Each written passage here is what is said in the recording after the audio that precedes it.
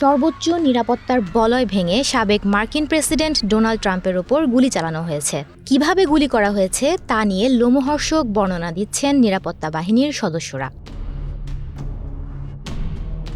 প্রত্যক্ষদর্শীর বরাত দিয়ে বলা হচ্ছে, অনেকটা সিনেম্যাটিক স্টাইলে তার উপর পরিকল্পিতভাবে হামলা চালানো হয়েছে। ট্রাম্পকে হত্যা করতে আগে থেকেই পাশের একটি ভবনে অবস্থান নেয় হামলাকারী। ট্রাম্পের নির্বাচনী সমাবেশ স্থল থেকে ভবনের দূরত্ব মাত্র 2 থেকে 300 ফুট।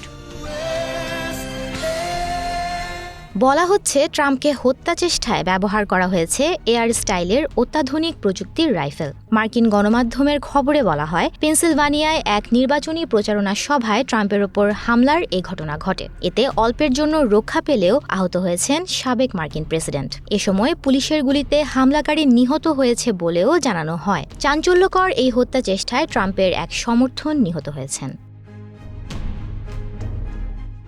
সামাজিক যোগাযোগ মাধ্যমে ছড়িয়ে পড়া ভিডিওতে দেখা যায়, ট্রাম্প মঞ্চে দাঁড়িয়ে বক্তব্য দিচ্ছেন। এ সময় হঠাৎ তার কানে একটি গুলি লাগে। সঙ্গে সঙ্গে মঞ্চে বসে পড়েন তিনি। এ সময় তার সমর্থকদের চিৎকার করতে শোনা যায়। এরপর তাৎক্ষণিকভাবে সিক্রেট সার্ভিসের সদস্যরা ট্রাম্পকে দ্রুত একটি গাড়িতে তোলেন। এ সময় ট্রাম্পের কান ও গাল বেয়ে রক্ত পড়তে দেখা যায়। ওই গাড়িতে তাকে প্রাথমিক চিকিৎসা দেওয়া হয়।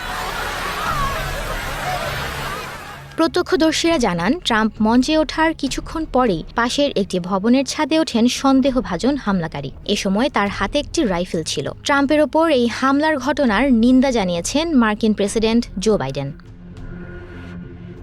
সুমনা মুস্তফা, প্রবাস খবর।